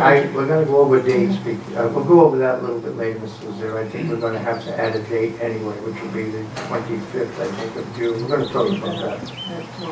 Yeah, exactly. I'm sorry. I have another resolution, Mr. Chairman. Same thing. Resolution. It's the same thing. It won't be. It's a different resolution, Mr. Chairman, supporting an act related to towns and cities, retirement of municipal employees, 2018, House Bill H8244. Both these resolutions were introduced by Representative McLaughlin and others. I appeared at the State House last week. I was invited to speak in favor of these resolutions. I have, and I stated I will submit a resolution to the City Council to support our retirees and pensioner widows and widowers. Mr. Chairman, I so provide. Yeah. Mr. Lazare so introduced, but no action will be taken this evening. Looking for a motion. Do you want to introduce it, Mr. Lazare? Which one? Both Those, collectively. I move to introduce those two resolutions so stated collectively. Second. We got a meeting. Oh, we're not going to act on them. We're not This is acting just- at all, we can't act on this because it's not on the agenda. They'll be on the next. We will accept them, but they're not on the agenda, there'll be no action taken. But we'll talk about the next meeting, That's fine. under good and welfare. I think it's only a matter of you accepting them for introduction. If that's the case to Mrs. Solicitor? That's correct. For introduction. Are we doing more introductions, Mr. Chairman? I have other introductions. Mr. Lazare, they're not on the agenda. Their introductions, Mr. Chairman, they don't have to be on the agenda. I understand that, however, the timing is not very Unfortunately, good. How many more here you have? I'm submitting an introduction of annual operating budget ordinance, sub B, introduced, Mr. Chairman. You might want me to list them. I have a resolution, Mr. Chairman, increasing personal exemptions in the fiscal year 2019 annual budget. Do you want me to read it, Mr. Chairman? What point you want to I'm introducing them for Right. action. But we're acting tomorrow on the budget, so you don't have the 48 hours. So then we got, I'm still introducing them to be acted on at the next, whatever scheduled meeting. which would be be in after July, the fact? because tomorrow we vote on the budget. Tomorrow, there's a meeting. I'm still introducing amendments or introducing Right, resolutions. you're not getting what I'm saying. We cannot vote on those in our budget meeting. And so if you introduce them today, Yeah, they would make the July agenda after the budget has been passed, potentially. After. Councilman, I understand your interpretation. I think it's an error. My contention is what I stated at the beginning of the meeting, is that the budget itself was improperly introduced. The meeting that took place last week when the city council acted on first passage was improper. And so when you acted on first passage, you acted on a introduction which was not proper. So it's the improper actions taken need to be corrected first. I'm submitting an ordinance or resolutions to the council to be acted on under review. An introduction on a budgetary item will be discussed at any time. It could be discussed at the next meeting or the meeting The next after meeting that. is tomorrow, which is, Correct. again, it can't be discussed. The next scheduled meeting after It that can is be in July. discussed. It can't be discussed tomorrow because 48 hours haven't passed. I contended it was. Mr. Lazare, we haven't discussed it yet, I was going to come up on the good and welfare anyway, about having a meeting on June 25th and pushing off the July meeting. As far as anything to do with the budget, that's going to be after the fact. The budget is due for final passage tomorrow night, and you don't have the time. So with that, I'm going to ask that you introduce these, excuse me, prior to the 25th. Mr. Chairman, I'm submitting them for introduction tonight. I will give them to you to be introduced. Would you make that in form of a motion? No, We gotta act on it. as an introduction, I'm presenting them to the council for introduction. Right. They can be voted on at the next meeting. I understand We're that. not going to be voting on But it I tomorrow. personally don't want to see it introduced here tonight. The agenda is in front of you for tonight. Those were not on the agenda. I don't know why you trying to introduce this tonight, Mr. Legere. Mr. It Chairman. doesn't make sense at all. Mr. Chairman, point of order. I think pursuant to our charter and ordinances, a member of the council can't introduce any items as long as it's presented. Right, and I have the authority not to introduce. And I have them in written form to be presented. I submit them tonight. I wish them to be introduced to the city council for action at the whatever appropriate date, but they are ordinances that I am submitting, Mr. Chairman. You want me to list them, I will do that, but I will be submitting them to you. Can we get a vote on this, Mr.? Sure, yes. Councilman Lezay is correct about the presentment of resolutions ordinance. The problem is we have a state open meetings act which requires for meetings to have agenda items posted for the public 48 hours before the agenda. Now, there is a mechanism to add items to the agenda, which we did earlier regarding a business, and that is in the form of a motion. You can make a motion to add the introduction of a resolution or an ordinance to the agenda. The item cannot be acted on, and so if the motion fails, it's not added to the agenda. If the motion is approved, it is added to the agenda. Today's agenda? It would be today's agenda. However, to the council president's point, it would not be on the council's agenda until the next meeting, which satisfies the 48-hour requirement, which would be the next council meeting after tomorrow. I would offer to the councilman, if he has budget-related items, it would probably be the best form to offer them as amendments to the vote tomorrow, rather than introduction of ordinances. I appreciate your review, Mr. Solicitor, but could you look into the city charter regarding the budgetary process? Do you have a copy of the charter that I could review and determine that resolutions or ordinances can be introduced at a meeting? It doesn't need a vote to be introduced. They can be, as long as it's in written form, they can be submitted for introduction. I am not debating when they will be heard, but they will be introduced. They do not need a vote on it.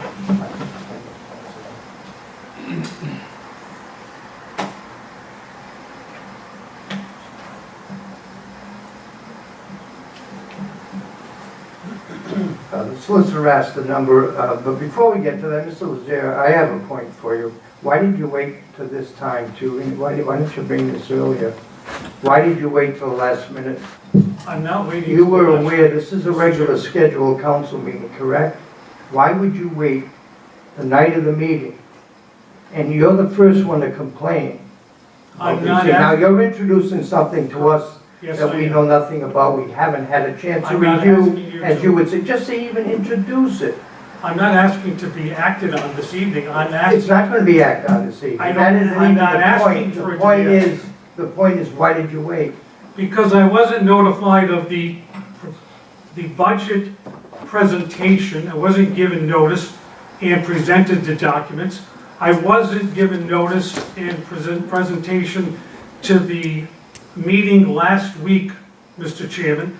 So this is the first opportunity that I have at a meeting to introduce, because the timetable required by the charter rule or the city council rules did not provide me time to make these for the council agenda. So pursuant to the charter and the budgetary of ordinances and resolutions, I have the right to submit a resolution or an ordinance for introduction. I have no, I do not expect that they will be acted on. They're not this gonna be evening. acted on, that I isn't didn't even the point. The expect point them to is, be acted you on this evening. interrupt a meeting with this. How Because- many do you have, Mr. Lazier? Because this is the time to We'll act take on the it. whole package. How many do you have? I will give you You the don't whole even need the package, title, Mr. Chairman. Mr. Lazier. Nothing's gonna happen. Mr. Solicitor, can you again rule, because it's during the meeting, doesn't he need to submit this in the form of a motion, and we would have to second in order to accept even the introduction? That's Yes, correct. that's correct. Thank you. Pursuant to the State Open Meetings Act, which supersedes the charter. Just to be clear, we don't have to accept it. That's correct. Thank you. On these back. Yes. I've submitted. We need a motion and a second. No, you don't. We just got a ruling. No, you don't. Was there. I am submitting these for introduction pursuant to our charter and ordinances, Mr. Chairman. Here you go. You don't want to act on tonight, I don't expect to be acted on tonight, but they are introduced, Mr. We Chairman. need a motion, Mr. Lazare, No, to we don't, accept Mr. it. Chairman. I'm gonna look for a motion to May I accept. ask for a recess to review the charter, Mr. Chairman? You're going to review the charter? Yes, if the We have a solicitor, solicitor right here. Again, I the wish to review the relevant law, charter the and relevant that. law is not the charter, the relevant law is the No, the state's re- Open Meetings Act, which supersedes the charter. I'm not asking for it to be acted on this evening, I'm asking this to be on, For the to council be to- submitted, to be acted on at an appropriate meeting. I've never asked that it should be acted on this evening, but as a councilman, I have the right to submit legislation for introduction, Mr. Chairman. That's it, it's not to be acted on tonight, I understand that, but it's for introduction, Mr. Chairman. We still need a motion and a second. No, we for don't, Mr. introduction. Chair. I disagree I'm with looking that. for a Point of order. motion to accept. Is there a motion? I'm not asking for a motion to accept, because I am introducing these, Mr. Chairman. I'm asking for a motion with the advice from the solicitor to say we need a motion and a second. So is there a motion on the floor? I am introducing, Mr. Chairman. It's the only action that's necessary. We have a motion by Mr. Lazare. Is there a second? No, I have no motion, Mr. Chairman. I have There's no introduced, motion from Mr. Lazare. I have introduced these, Mr. Chairman. These are introduced, Mr. Chairman. Next item. Is And to resolution be of Central open, Mr. Falls City Chairman, I have Council copies for condolences and congratulations. There are several that were introduced by Mr. Lazare, and they are honoring several people. The first one is U.S. Army Chief Warrant Officer.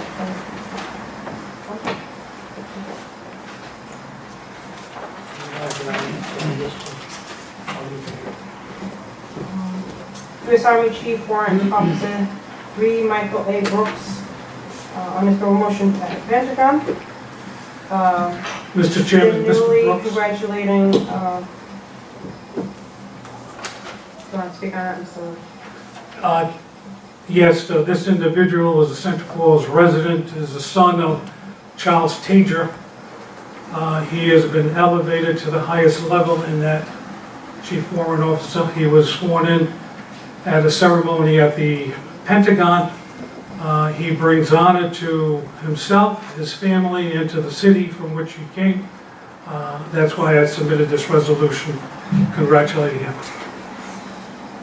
Resolution congratulating all the newly elected 2018 officers and directors of the Club SU Sports Club Levitas.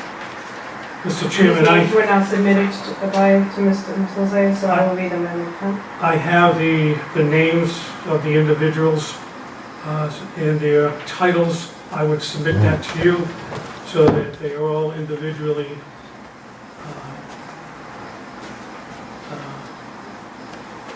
have individual designations.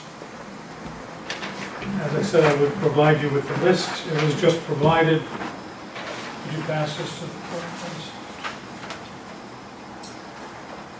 Resolution welcoming and honoring his Beato Joseph Epsi, Holy Patriarch of the Antioch, and all of the east of the Melkite Catholic Church on his first visitation to the United States. Yes, Mr. Chairman, the Patriarch is the highest ranking member of the Melkite Church. He will be making a visitation with other bishops and clergy on July 14th. The church, formerly of Central Falls, but still, the rectory is still in Central Falls, and our chaplain from St. Basil's, the resolutions that delineated there are welcoming and honoring Bishop of His Beatitude, Patriarch Absi, who was sworn in by chosen by the Holy Synod and accepted by the Pope as the head of the Melkite Church. The other priests or bishops that the clerk will read are also visiting the Church of St. Basil's on July 14th. I will let her read the titles. Their names are the Most Reverend Archbishop Cyril Boutros. Boutros. With an S. There was an S on that list. I have to take it out.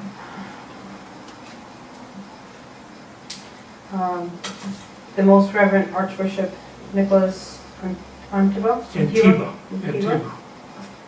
And the Most Reverend Bishop Nicholas Samra. Samra.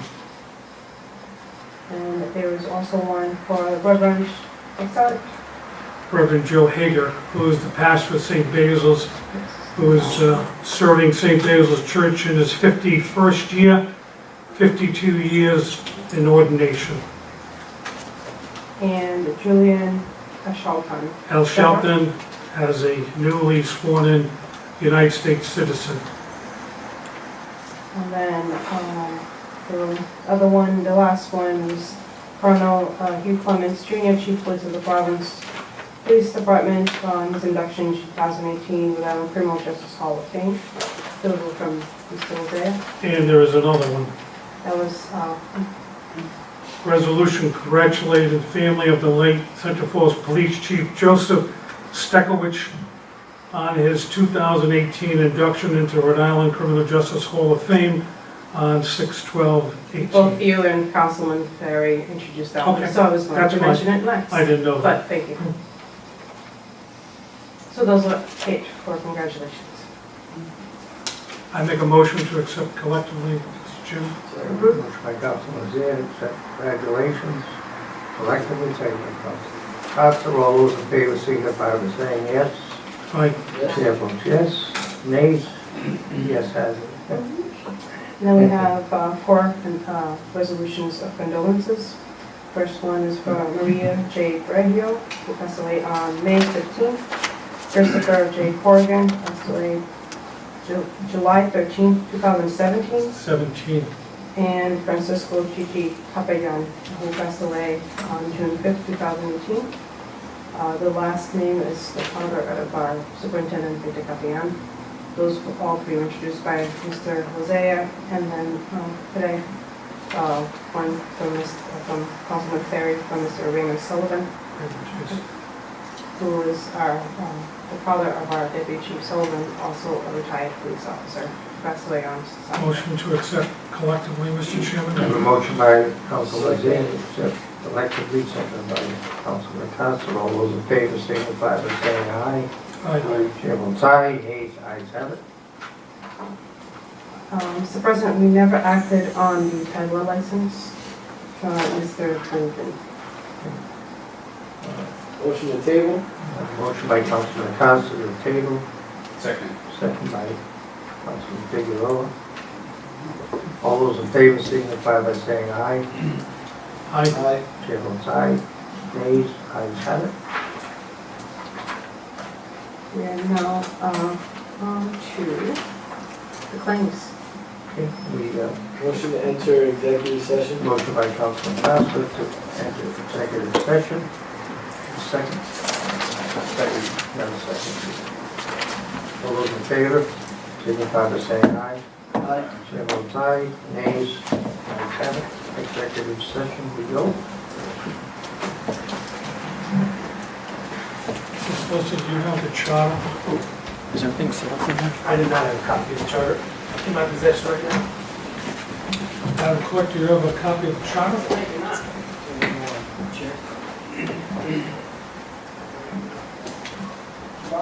First, actually, we do the... Thank you. I had it on my budget home, so I'm gonna bring it and. That's fine. Fine, you're here. I'll give it to him tomorrow. We'll be in touch with dates and information.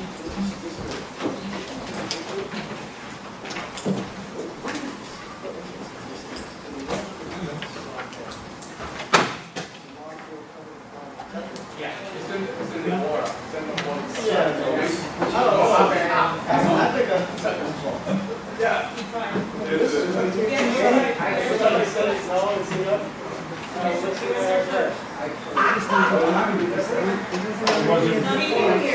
need to hurry up. I wasn't involved, I wasn't invited to the meeting they sent out last week. Really? Yes. Yeah. This is what I've been introduced to. A few other stuff. So that, oh jeez. Oh my goodness.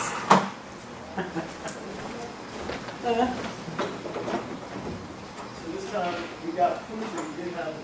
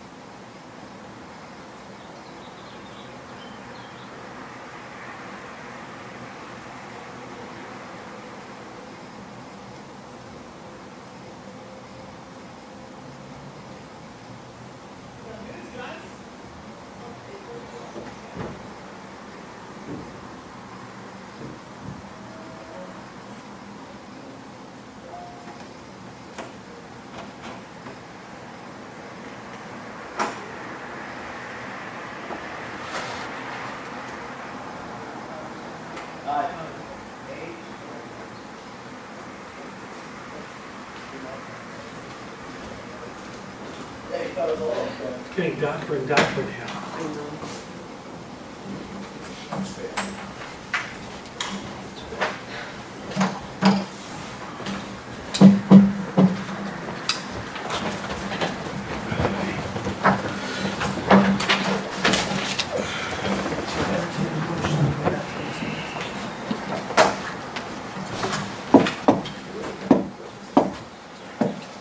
Motion to close executive session. Motion to Thank you. come out of executive session. Motion to come out of executive session. I have a motion by Councilman Costa. Second by Councilman Figueroa and Councilman Zia. All those in favor signify by saying aye. Aye. Chair votes aye, nays, ayes have it. Out of executive session. So the item for you is Frank Rodriguez, 160 Illinois Street, Central Falls, for the alleged damage to personal property sustained on April 16, 2018. This matter was tabled on May 14th. What is your pleasure?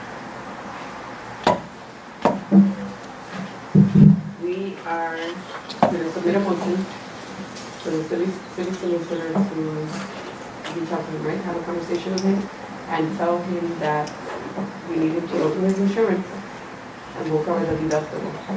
If not, he's responsible for the full amount. I have a motion just read by Councilman Rivera. Is there a second?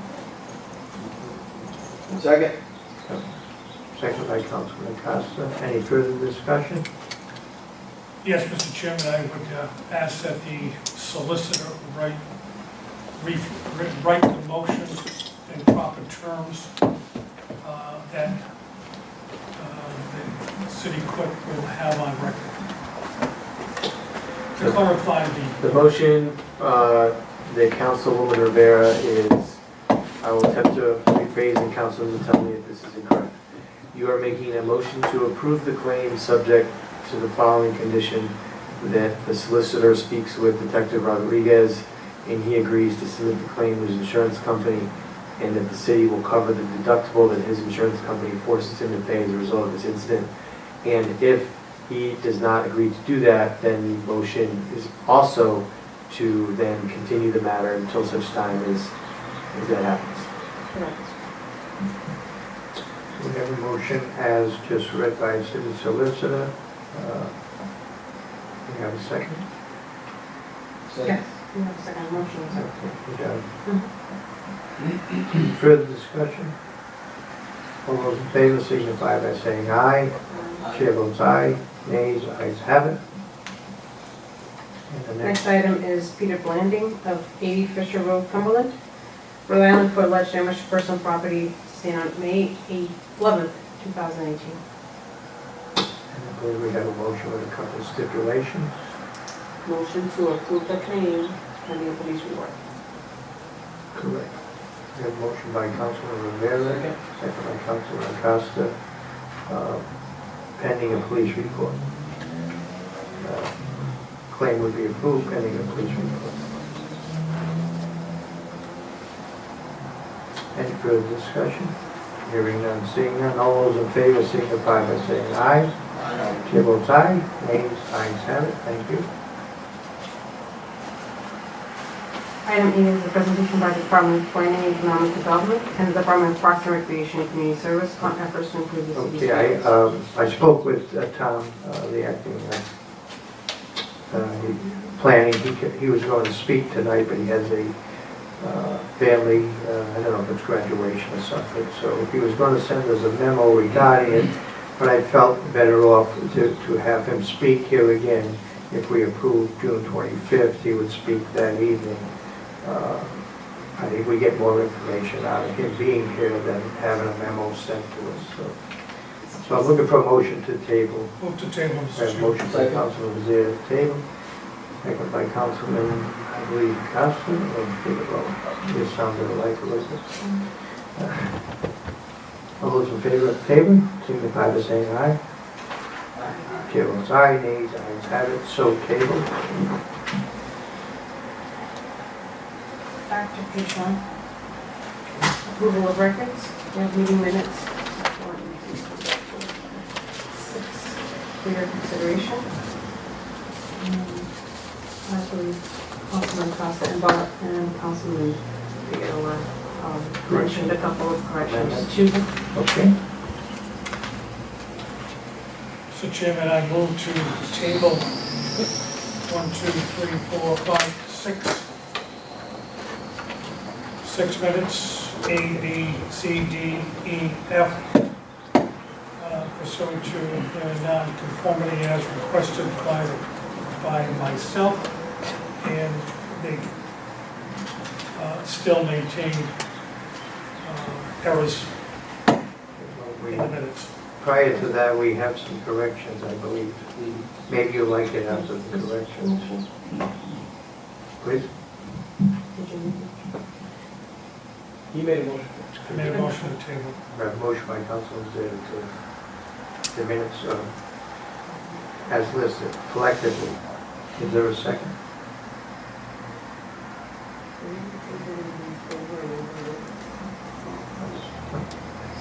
Have no second. Motion to table it, guys. Okay. We have some corrections. Motion to amend the minutes for April 9th, 2018, on page 2, section 4, subsection C. The motion carried 5-1. There were 6 of us present, Councilwoman Fonseca was absent. So I listed it as 6-1. You should have Right. been listed as 5-1. We have a motion as read to amend the minutes to reflect what the councilman just read and corrected. So much. We have a second. Second. I have a second by Councilman Figueroa to amend as read by the councilman. All those in favor signify by saying aye. Aye. Chair votes aye. Nays? Nay. 1 nay. Thank you. And Mr. Figueroa has, This is on a different one. Different date, correct? Yeah, motion to amend the what date? Monday. And the line item?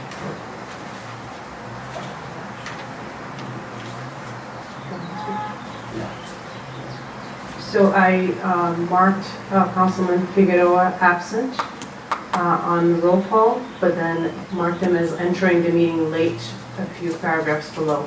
So he was present, he just entered the meeting late. So I will strike out his presence on the roll call. Okay. So as amended with a promotion to approve the minutes as amended. And motion by Councilman Rivera. Second by Councilman Acosta as amended. All those in favor signify by saying aye. Aye. Chair votes aye. Nays, ayes have it. Any further questions on the minutes? So looking for a motion to approve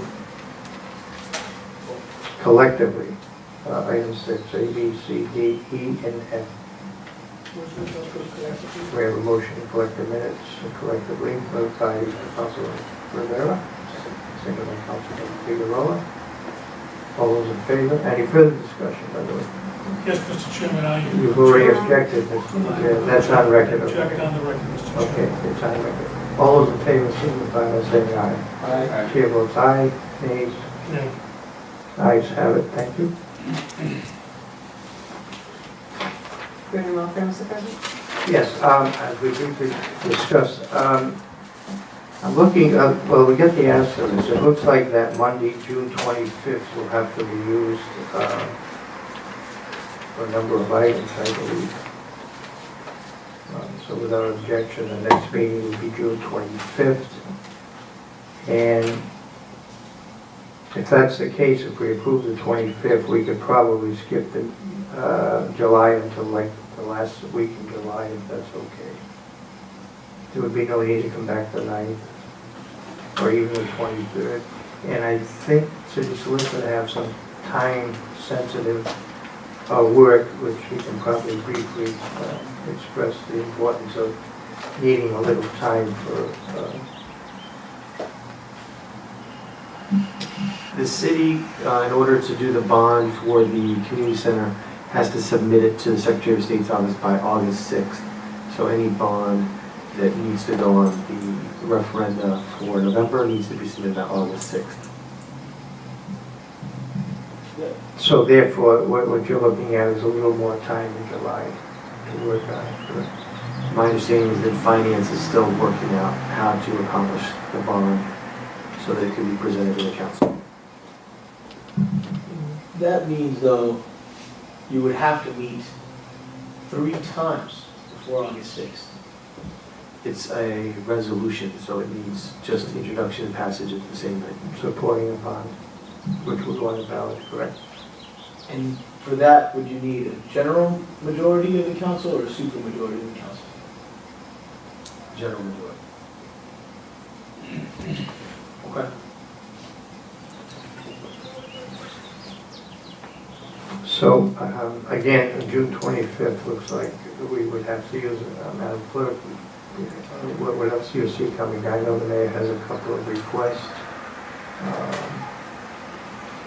Obviously, we're going to ask the litigants to come back regarding the claims. Is there anything else? No, I was talking about anything that would be outstanding at the moment be addressed on the 23rd. And they tabled a couple of items tonight, I believe. You're still looking at a 6 o'clock meeting day? Sure, sure. So in lieu of early July, we could go the end of June, and then look at the end of July, which hopefully the work will be done regarding the bond, at least by, what, the 23rd or the 30th, Matt? I don't have the status update. Certainly won't be ready by, Not ready right now. won't be ready July 9th either, correct? So, whatever your pleasure is, I think we're gonna have to use June 25th. Are you calling the meeting now, Mr. Chairman? Now, I'm trying to get a consensus here. And then we would strike out early July, and we look at the end of July or the 23rd of July, it's on the schedule already. Jonathan will be back for your presentation, correct? On the, I won't be here in July, but if you have the meeting on the 25th, then that's fine, I'll be here for Right, the passage. right, so, okay. Okay. That's good. I also think, though, that if we meet on the 25th, all the items that we heard today should be on that agenda. Absolutely, that's my point, that, so I know where Rhea was concerned, is there a need? Yeah, I think that there will be a need for the 25th. All right. So, Mr. President, June 25th and July 23rd. Correct. July 23rd? Yeah, we'll give time to work on the bond for the community center. So we're eliminating the, July 9th. July 9th, and, yeah, so no meeting on July 9th or July 12th. where'd you see July 12th? It's the second Monday you set aside.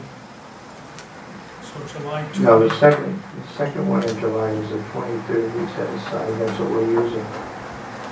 July 23rd. Correct, that was asterisk after that.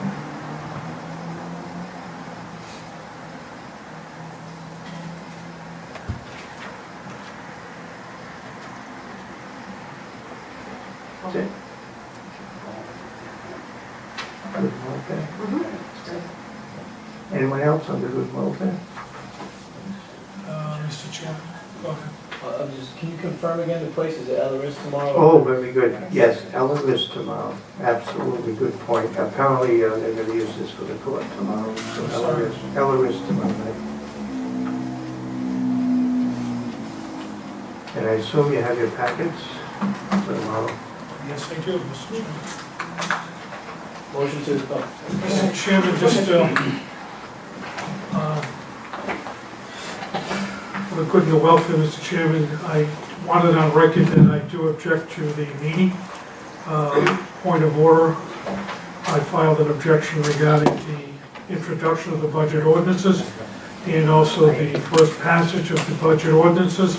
Mr. Chairman, I wish that to be on the record and also that I've so submitted a packet of introduction of resolutions and ordinances tonight. Thank you, Mr. Chairman. I just request that you stick to good and low. I think that wasn't necessarily good. That's okay. Anyone else? Motion by Councilman Costa to adjourn, second by Councilman Figueroa. We stand adjourned at 8:23. If we had a new business, Mr. Chairman, as I requested, then we wouldn't have to discuss that.